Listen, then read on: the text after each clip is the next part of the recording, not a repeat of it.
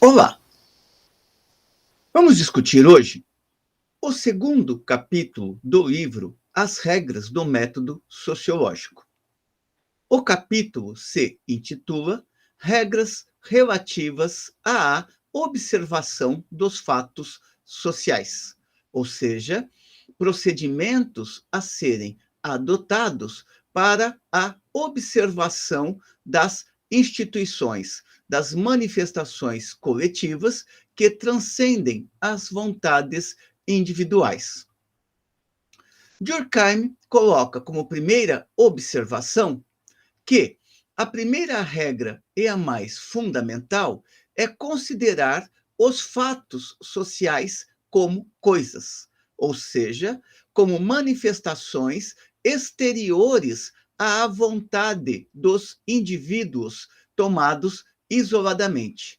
Os fatos sociais são expressão da consciência coletiva.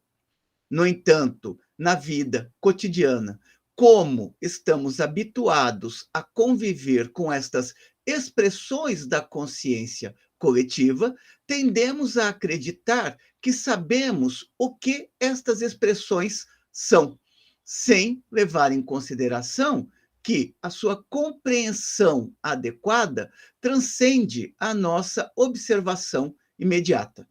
Daí que é necessário tratar os fatos sociais como coisas, ou seja, como manifestações diante das quais vamos procurar compreender o que são e não partir da ideia de que já sabemos o que são. Na construção deste capítulo, Durkheim coloca inicialmente que no momento em que uma nova ordem de fenômenos torna-se objeto de ciência, eles já se acham representados no espírito, não apenas por imagens sensíveis, mas por espécies de conceitos grosseiramente formados. O que significa isto? Significa que os indivíduos formam na vida cotidiana impressões gerais a respeito dos fatos sociais. Eles tomam consciência destes fatos sociais na sua vida do dia a dia e interpretam estes fatos sociais de acordo com certos pressupostos ou de acordo com certos interesses. Daí que as ideias que eles formam a respeito destes fatos sociais, baseado na experiência empírica que tem na vida cotidiana, nada mais resultam do que impressões grosseiras, conceitos grosseiramente formados, ou seja, leituras que padecem de uma análise mais minuciosa. No entanto, é impossível escapar dentro desta dimensão do grosseiro. Por quê? Porque esta apreensão imediata, ela é a apreensão que os indivíduos realizam para tornarem a sua vida cotidiana operacional. Na vida cotidiana, os indivíduos não param a todo momento para analisar cientificamente o que são as relações sociais, o que são as instituições. Eles lidam com elas de uma maneira essencialmente pragmática. Neste sentido, dirá Durkheim, a reflexão é anterior à ciência, ou seja, a elaboração que os indivíduos fazem a respeito das manifestações sociais, a respeito dos fatos sociais, é anterior à investigação científica que eles realizarão a respeito dos fatos sociais. Lembrando que a investigação científica é aquela que vai procurar compreender um determinado objeto, uma determinada manifestação social, um determinado fato social, procurar compreender este fato social para além da nossa crença individual, compreender cientificamente, compreender objetivamente, é desvendar o que o objeto é, e não aquilo que acreditamos que o objeto seja. O homem, continua Durkheim, o homem não pode viver em meio às coisas sem formar a respeito delas ideias, de acordo com as quais regula sua conduta. Este é um ponto nodal da vida cotidiana. Para os homens viverem na vida cotidiana, eles precisam formular impressões gerais a respeito desta vida cotidiana. Impressões gerais que brotam do próprio trato que os seus órgãos do sentido estabelecem com o mundo objetivo, com o mundo que encontram diante de si. Como estas noções estão mais próximas de nós e mais ao nosso alcance do que as realidades a que correspondem, tendemos a substituir estas últimas por elas e a fazer delas a matéria mesma de nossas especulações. Ou seja, como a impressão imediata é mais palpável em relação a uma investigação mais detalhada a respeito daquilo que temos diante de nós, a tendência é que incorporemos a leitura mais superficial, descartando de imediato a leitura mais detalhada a respeito de um determinado fato social ou a respeito de uma determinada realidade. Há, portanto, uma tendência na vida cotidiana a substituir a realidade tal como ela é pelas ilusões que criamos a respeito daquela realidade. Daí que, em vez de observar as coisas, ou seja, os objetos, tal como eles são, em vez de pautarmos a nossa ação pela objetividade daquilo que tem diante de nós, em vez de observar as coisas, de descrevê-las, de compará-las, contentamo-nos, então, em tomar consciência de nossas ideias. Isto quer dizer o quê? Aquilo que eu acredito passa a ser tomado como critério de verdade. Daí que, em vez de uma ciência de realidades, fazemos uma análise ideológica. Por certo, diz Durkheim, essa análise não exclui necessariamente toda observação. Significa que, por mais que as ideias que formulemos sejam equivocadas, estas ideias nasceram de um determinado grau de observação daquela mesma realidade. O problema é que a observação feita não captou, naquele momento, a realidade tal como a realidade é, mas tão somente interiorizou os elementos da realidade que interessavam ao observador, a fim de permitir ao observador movimentar-se dentro do mundo que tem diante de si. Mas os fatos só intervêm, então, secundariamente. Este também é um procedimento da vida cotidiana. Primeiro, agimos à luz dos elementos superficiais.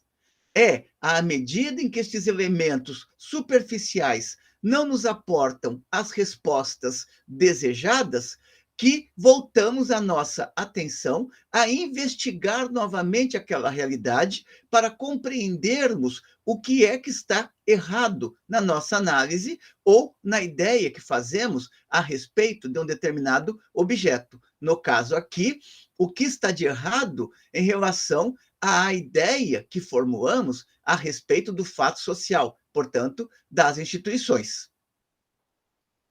Fato é que esta impressão, o objeto, ele não é de imediato objeto da ciência. A tendência é que caminhemos das ideias para as coisas e não das coisas para as ideias. Isto é, a tendência é que, na vida cotidiana, caminhemos daquilo que eu acho para aquilo que as coisas são, e não daquilo que as coisas são para confrontarmos com aquilo que eu acho. Durkheim está aqui apontando para a necessidade de rompermos com aquela dimensão da vida que está ancorada substancialmente no eu acho. Para mim é assim, na minha cabeça é deste jeito. Para uns as coisas são assim, para outros de outra maneira, e para mim de outra forma ainda, ou para eu de outra forma ainda. É claro, continua Durkheim, é claro que esse método não poderia dar resultados objetivos. Com efeito, essas noções ou conceitos não são os substitutos legítimos das coisas. Durkheim está dizendo o seguinte: é claro que essas impressões imediatas a respeito dos fatos sociais não podem conduzir a bom termo. Para que isto ocorra, é necessário que compreendamos efetivamente o que as coisas são. As ideias gerais não podem ser substitutos, não podem ser substitutas legítimas das coisas, tal como as coisas são. Daí que, produtos da experiência vulgar, estas ideias têm por objeto colocar nossas ações em harmonia com o mundo que nos cerca. São formados pela prática e para ela. Uma representação pode ser capaz de desempenhar esse papel, mesmo sendo teoricamente falsa. Por que isto se torna possível? Isto se torna possível porque, mesmo não compreendendo cientificamente uma determinada realidade, no trato da vida cotidiana com fenômenos da realidade, os indivíduos extraem certas conclusões mais gerais que não são totalmente equivocadas. Apenas são conclusões que padecem de uma investigação mais adequada, mais aprofundada. Se os indivíduos, nas suas impressões gerais, não pudessem operacionalizar, manipular a realidade, no sentido de instrumentalizar a realidade para satisfazer determinadas necessidades individuais ou coletivas, não haveria humanidade. O desenvolvimento da humanidade não nasce com a ciência. A ciência vai ser um desdobramento tardio no interior da história da humanidade. Isto não quer dizer que, no trato da vida cotidiana, este ser da vida cotidiana não tenha aprendido certas determinações mais gerais e válidas para operacionalizar no mundo dentro do qual se encontra. É por isso que se tornou possível, inclusive a este ser, dar saltos qualitativos no interior da história da humanidade. Continua Durkheim. Para que uma ideia suscite exatamente os movimentos que a natureza de uma coisa reclama, ou seja, para que a ideia compreenda o objeto tal como o objeto é, não é necessário que ela exprima fielmente essa natureza. Isso significa o quê? Que raramente vamos conhecer um determinado objeto em sua plenitude. No entanto, o fato de não conhecermos uma determinada manifestação social, uma determinada expressão social, um determinado fenômeno social de uma maneira aproximativa, isto não impede que tenhamos uma compreensão mais elaborada do que significa aquele fenômeno social. Daí a afirmação de que, para que uma ideia suscite exatamente os movimentos que a natureza de uma coisa reclama, não é necessário que ela exprima fielmente esta natureza. Basta que nos faça perceber o que a coisa tem de útil ou de desvantajoso, de modo que pode nos servir, de modo que pode nos contrariar também. Mas as noções assim formadas, estas noções cada vez mais incompletas a respeito do que o fenômeno é, mas as noções assim formadas só apresentam essa justeza prática de uma maneira aproximada e somente na generalidade dos casos. Significa que podemos extrair certos elementos gerais da realidade, mas a efetividade das respostas tem dimensão limitada. Não é possível de ser aplicada em situações diversas. Na medida em que compreendemos o objeto apenas superficialmente, a utilidade desta compreensão também tem os seus limites. Quantas vezes estas ideias aprendidas superficialmente, quantas vezes elas são tão perigosas como inadequadas? Não é elaborando-as que chegaremos a descobrir as leis da realidade. Tais noções são como um véu que se interpõe entre coisas e nós, e que as encobre tanto mais quanto mais transparentes julgamos esse véu. Durkheim, com isso, quer indicar o seguinte: por estarmos habituados a lidar dentro de uma determinada realidade com as manifestações desta realidade, tendemos a acreditar que compreendemos esta realidade. E não vemos que entre aquele que observa e o objeto observado existe um certo véu, existe certas barreiras que impedem a percepção imediata daquele objeto. Para compreender este objeto, é necessário que a observação seja mais acurada, seja uma observação mais detalhada, mais rigorosa. No entanto, não é isto que os indivíduos fazem na vida cotidiana. Eles desconsideram este véu que recobrem os fenômenos sociais, que recobrem os fatos sociais, e atuam frente aos fatos sociais como se os conhecessem profundamente. Daí muitos equívocos que brotam no trato dos indivíduos com as instituições. Continua Durkheim. De fato, supõe-se que essas noções contenham tudo o que há de essencial no real, já que são confundidas com o próprio real. E isso ocorre na medida em que não se percebe a existência desse véu, ou seja, dessa intransparência que está presente na realidade, uma vez que a realidade ela é complexa. Quanto mais complexa é a realidade, mais intransparente ela se apresenta aos nossos olhos. No entanto, o ser da vida cotidiana não percebe isso. Ele parte do pressuposto de que aquilo que ele está vendo corresponde ao real, tal como o real é. Com isso, parecem ter tudo o que é preciso para que sejamos capazes não só de compreender o que é, mas de prescrever o que deve ser e os meios de executá-los. Pois é bom o que está de acordo com a natureza das coisas, o que é contrário a elas é mal. Aqui Durkheim está acentuando o caráter pragmático da vida cotidiana. Aquilo que atende aos nossos interesses imediatos é verdadeiro, é bom. Aquilo que não atende aos nossos interesses imediatos é falso, é mal. E os meios para alcançar um e evitar o outro derivam dessa mesma natureza. Portanto, se a dominamos de saída, o estudo da realidade presente não tem mais interesse prático.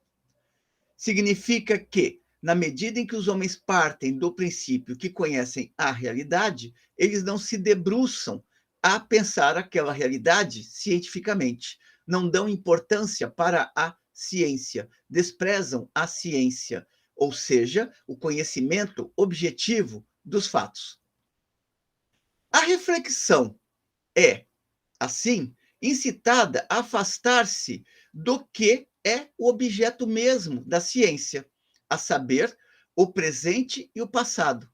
para lançar-se num único salto em direção ao futuro. Sem a investigação detalhada, simplesmente projetamos aquelas respostas encontradas de imediato para as soluções futuras e as utilidades daquela resposta em outros momentos da existência. Quando Durkheim está colocando aqui a questão do presente e do passado, ele está relembrando um elemento fundamental para se compreender um objeto. E este elemento se refere ao fato de que nenhum objeto é instantâneo. Todo objeto, toda manifestação da vida social, todo fato social contém uma gênese. Teve uma origem, teve um desenvolvimento, tem uma configuração presente e tem desdobramentos desta configuração presente no futuro. E, em situação posterior, a instituição, tal como existe no momento presente, pode sofrer alterações. Daí que investigar um objeto, tal como este objeto é, pressupõe compreender o movimento deste objeto, da sua origem, passando pelas suas transformações, chegando à sua configuração presente e as possibilidades de modificação deste objeto em momento futuro. Retornando aqui, então, a Durkheim, a reflexão é incitada a afastar-se do objeto mesmo da ciência, o presente e o passado, para lançar-se num único salto em direção ao futuro. Em vez de buscar compreender os fatos adquiridos e realizados, ela empreende imediatamente realizar novos, mais conformes aos fins perseguidos pelos homens. Com isso, Durkheim está mostrando como que existe um comportamento instrumental por parte dos homens no interior da vida cotidiana e a necessidade de se romper com esta percepção instrumental e imediata no trato dos fatos sociais. Essa tendência não resulta de comportamentos psicológicos isolados. Para Durkheim, observar o fato ou considerar o fato na sua imediaticidade e tomar esta imediaticidade como sendo a realidade é algo que marca o comportamento dos homens na vida cotidiana. Daí ele afirmar esta maneira de proceder é tão conforme à tendência natural de nosso espírito, ou seja, como formulamos as ideias imediatas para responder pragmaticamente às nossas necessidades. No entanto, neste pragmatismo, o que se consolida são noções vulgares ou pré-noções. Aquilo que Bacon chamava por ídola, fantasmas que nos desfiguram o verdadeiro aspecto das coisas e que, no entanto, tomamos como sendo as coisas mesmas. Durkheim aponta que toda ciência teve de passar por este percurso, sair das impressões imediatas para a investigação detalhada daquilo que se está observando e sobre o qual se extraiu impressões imediatas e muitas vezes errôneas, por serem estas impressões totalmente grosseiras, superficiais.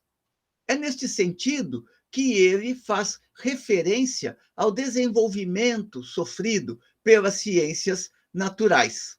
Dirá ele: foi assim com as ciências naturais.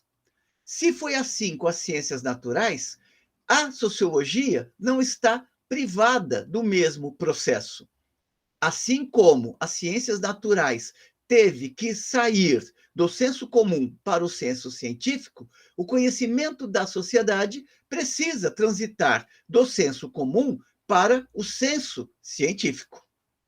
Dirá Durkheim: os homens não esperaram o advento da ciência social para formar ideias sobre o direito, a moral, a família, o Estado, a própria sociedade, pois não podiam privar-se de viver dentro delas.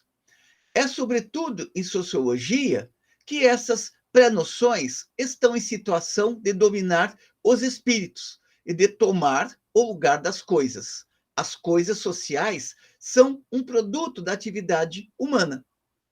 Portanto, parecem não ser outra coisa senão a realização de ideias inatas ou não que trazemos em nós. A aplicação dessas ideias às diversas circunstâncias que acompanham as relações dos homens entre si.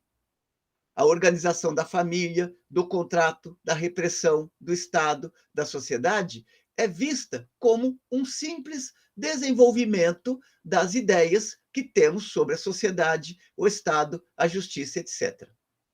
Em consequência, esses fatos e outros análogos só parecem ter realidade nas e pelas ideias, que são seu germe e que se tornaram, com isso, a matéria própria da sociologia.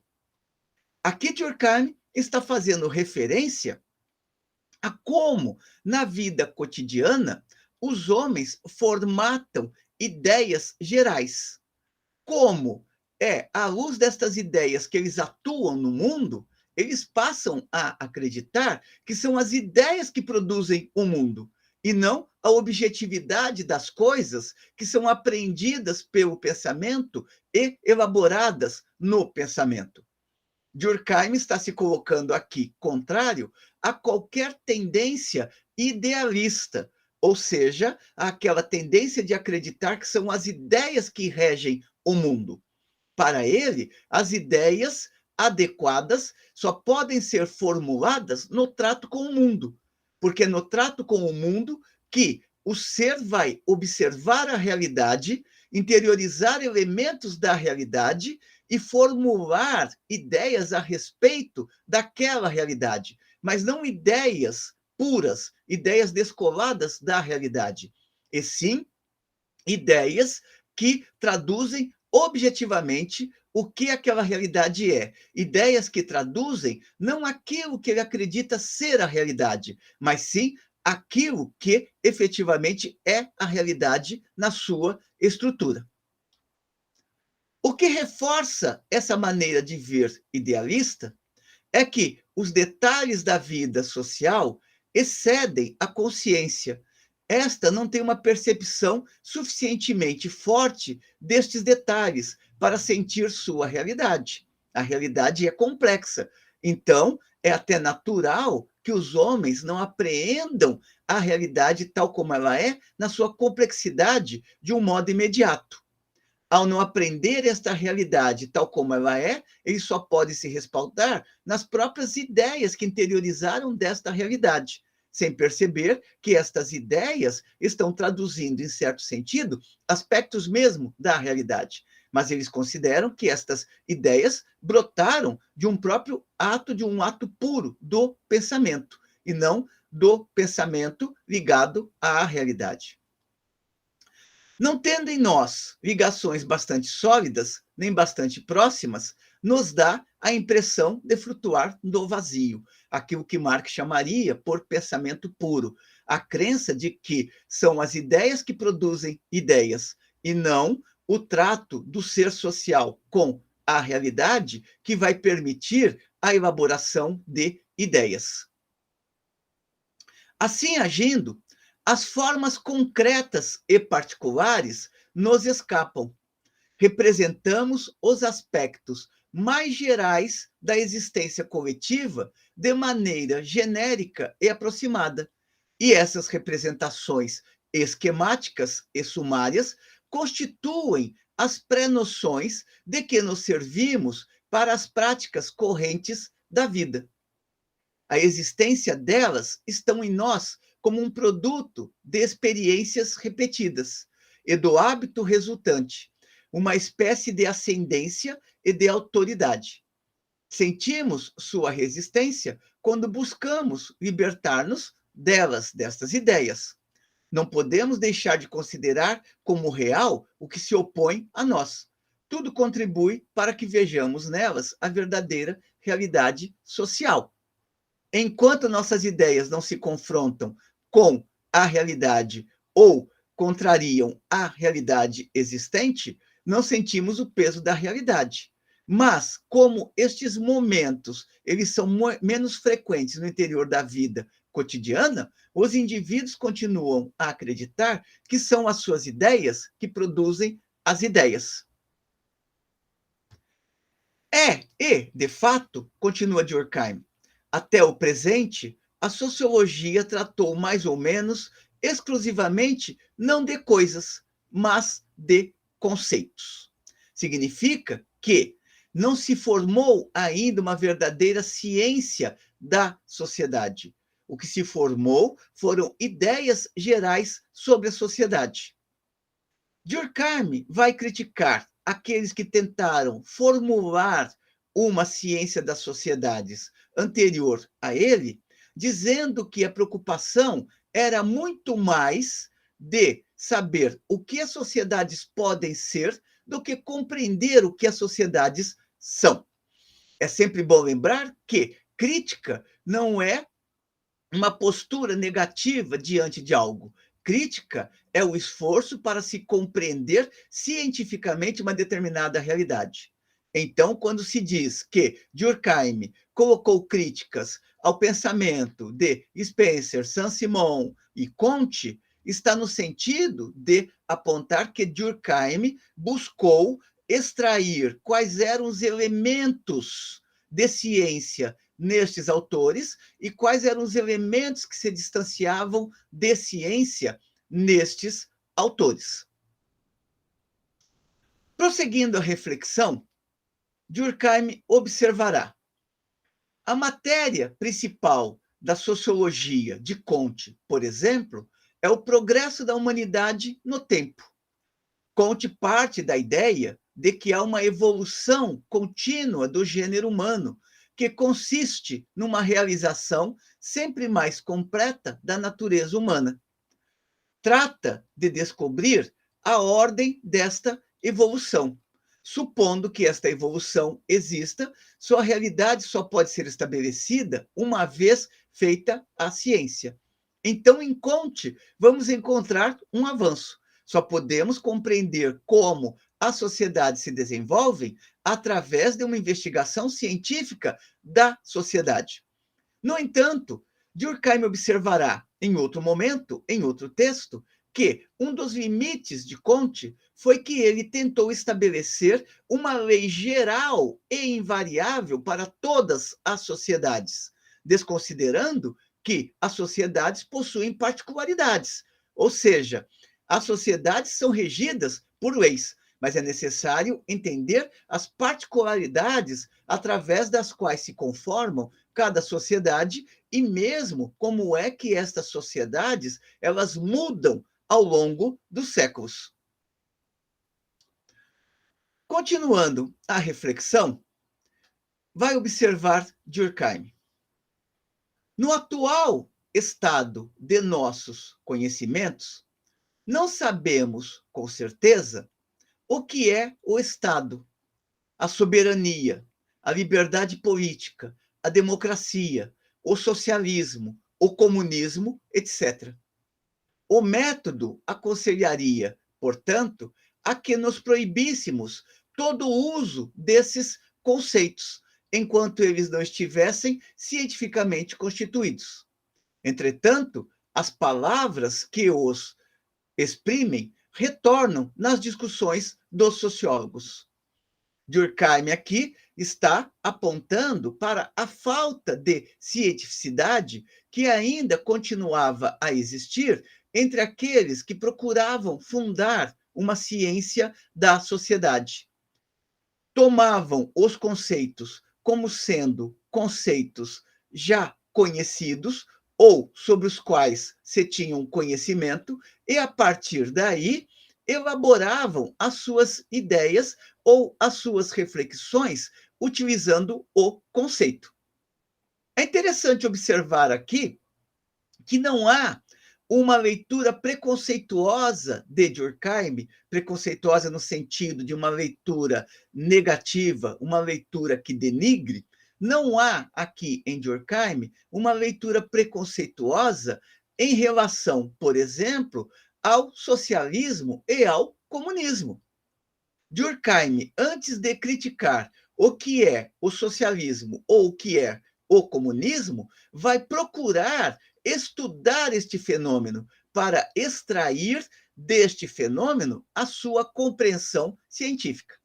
É sabido que Durkheim vai ter profundas críticas a respeito do socialismo e do comunismo.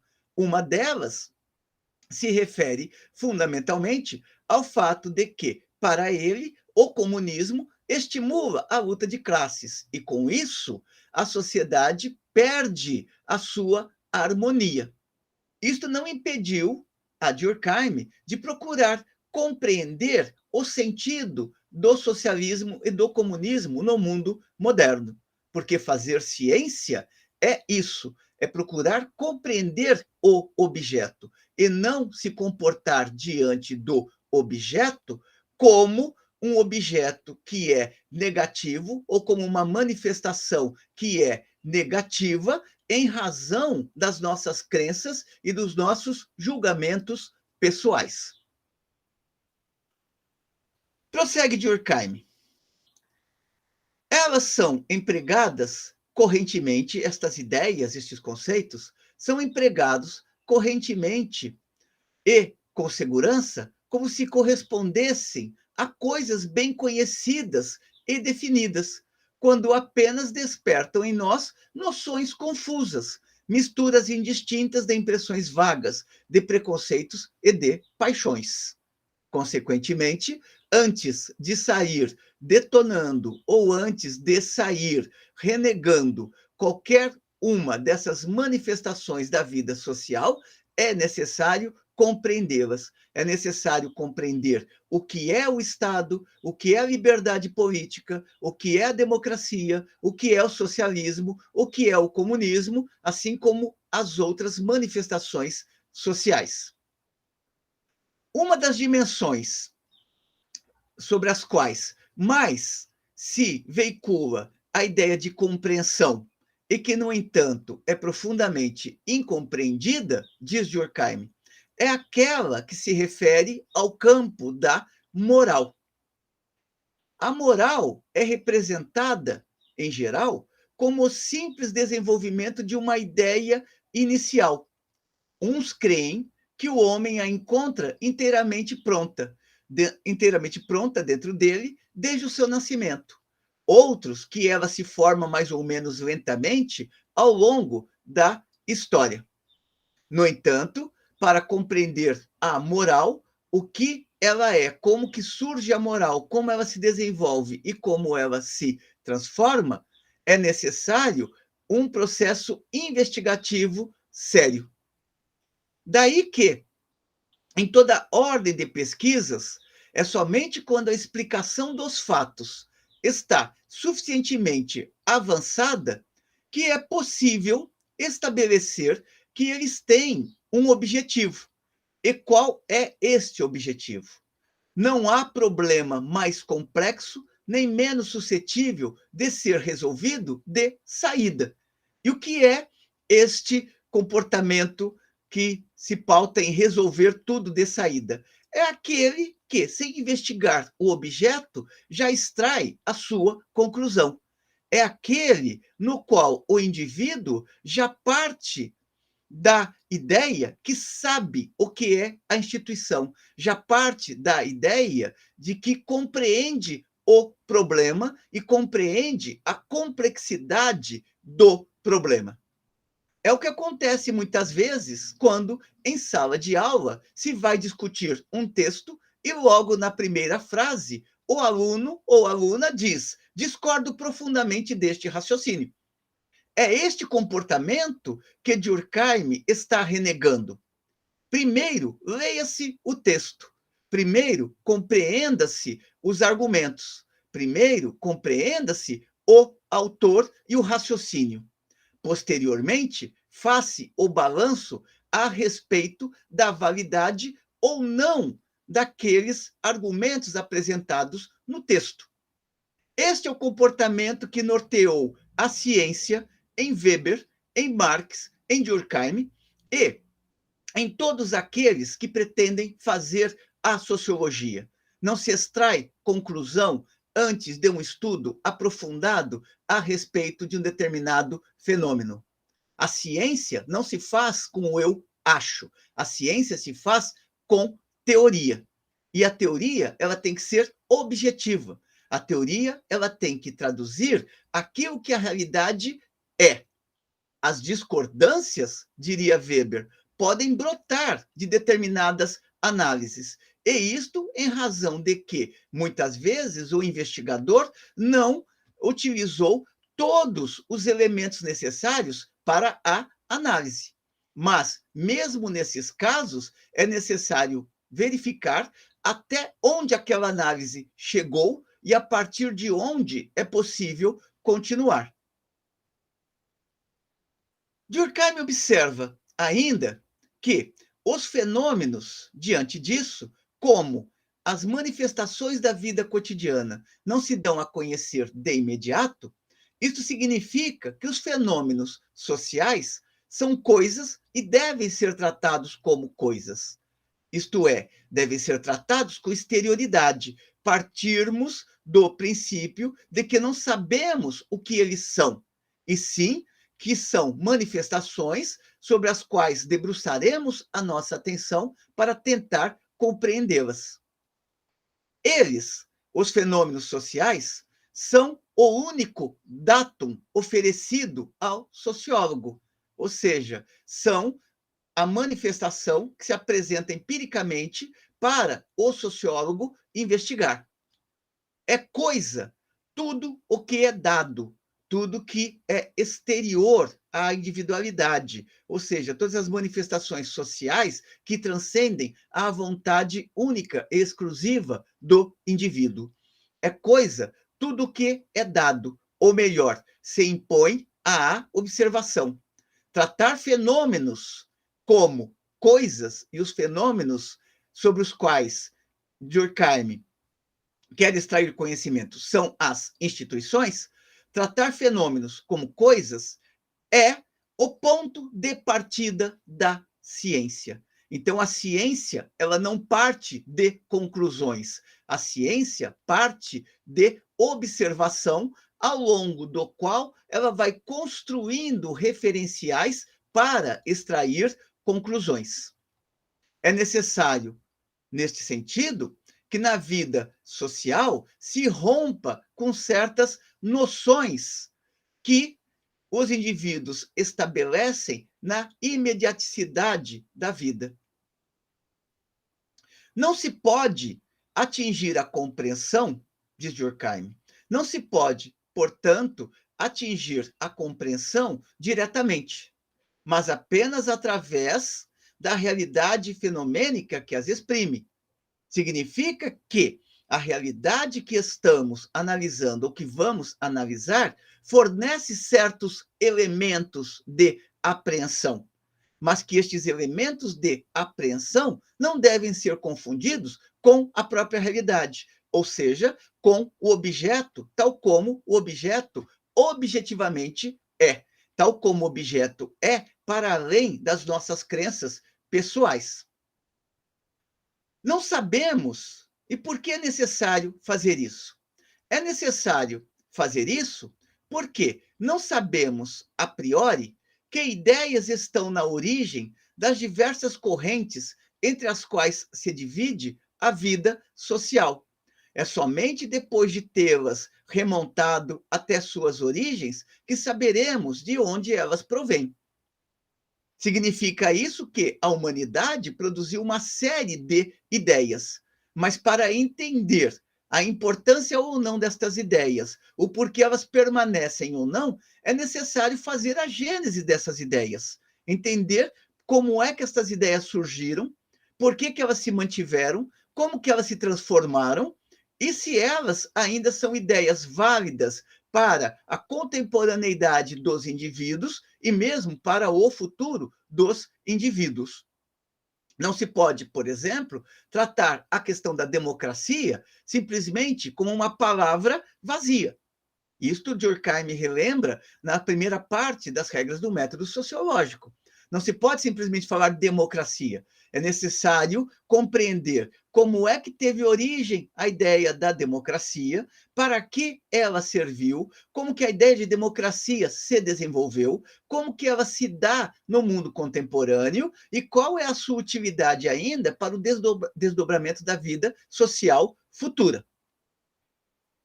É preciso, portanto, continua Durkheim, é preciso, portanto, considerar os fenômenos sociais em si mesmos, isto é, tal como eles são, separados dos sujeitos conscientes que os concebem. É necessário, portanto, separar aquilo que o objeto é daquilo que o indivíduo acha que o objeto é. É necessário superar a dimensão do eu acho, estudá-los de fora como coisas exteriores, pois é nessa qualidade que eles se apresentam a nós. Se essa exterioridade for apenas aparente, a ilusão se dissipará à medida que a ciência avançar e veremos o de fora entrar no de dentro. A solução não pode ser preconcebida.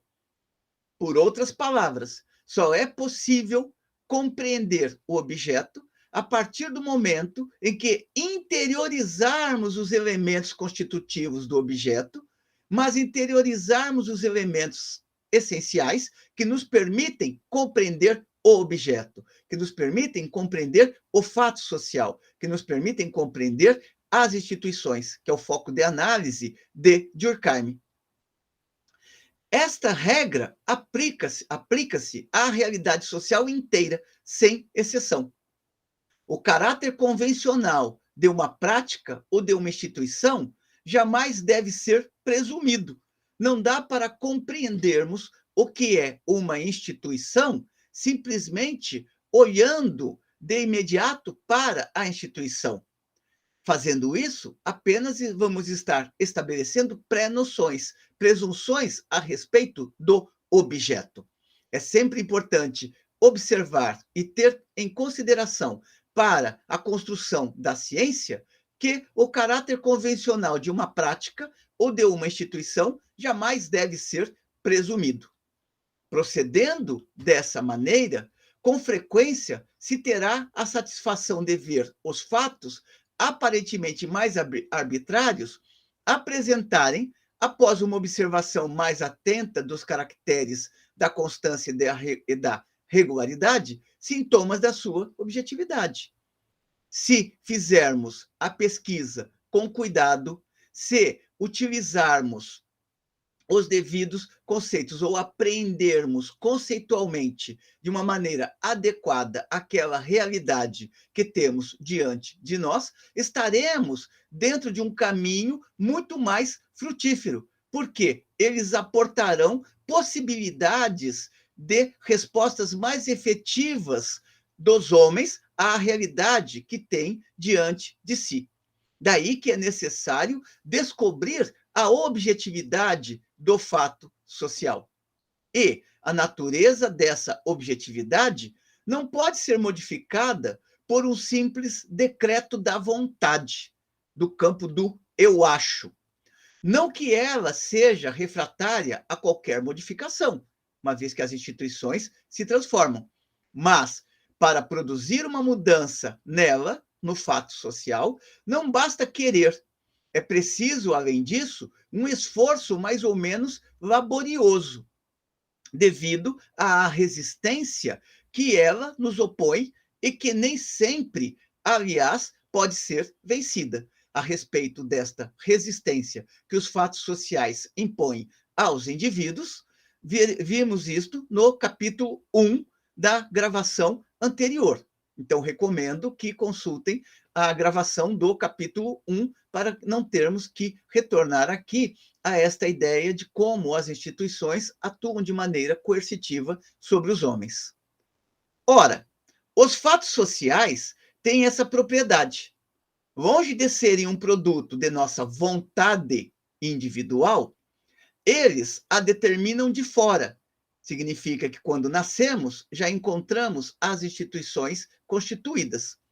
São como moldes nos quais somos obrigados a vazar nossas ações, moldes no sentido de que estes fatos sociais precisarão ser interiorizados por nós, e este processo de interiorização se dá por meio da educação. Será um processo de socialização dos indivíduos. Com frequência, até, essa necessidade é tal que não podemos escapar a ela. Mas, ainda que conseguimos superá-la, a oposição que encontramos é suficiente para nos advertir de que estamos em presença de algo que não depende de nós. Ou seja, os fatos sociais são manifestação da consciência coletiva e não da vontade de um único, exclusivo indivíduo. Portanto, considerando os fenômenos sociais como coisas, apenas nos conformaremos à sua natureza. Os estados de consciência, continua Durkheim, os estados de consciência podem e devem ser considerados de fora, e não do ponto de vista da consciência que os experimenta. Em sociologia, é preciso que passe do estágio subjetivo à fase objetiva. Isto quer dizer o quê? Que na análise sociológica, o que deve predominar não é a minha crença pessoal, e sim aquilo que o objeto que eu estou investigando está revelando. Não é o eu acho que predomina em ciência, e sim a compreensão objetiva que resultou de uma investigação séria de uma determinada realidade. Fato é que os fatos sociais tendem a se constituir fora das consciências individuais, visto que as dominam. No dia em que esse princípio do método sociológico for unanimemente reconhecido e praticado, veremos a sociologia progredir com rapidez.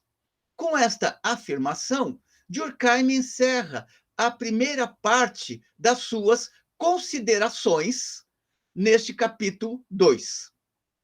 Seguindo a divisão que Durkheim estabeleceu no próprio capítulo, também encerraremos aqui hoje a nossa discussão, guardando para um momento posterior a apresentação que Durkheim faz na segunda parte do seu texto, na segunda parte deste capítulo das regras do método sociológico, intitulado Regras Relativas à Observação dos Fatos Sociais. É isso por hoje. Espero que tenham gostado da discussão. Encaminhem suas considerações positivas e negativas e continuemos aqui em nosso trabalho em defesa da sociologia, lembrando sempre que é necessário retornar aos clássicos. E, por mais que os clássicos possam ser chamados de conservadores ou progressistas, os clássicos sempre têm algo a nos oferecer no campo da reflexão. Consequentemente, voltemos aos clássicos, leiamos os clássicos e aprendamos a respeitar os clássicos. Até uma próxima.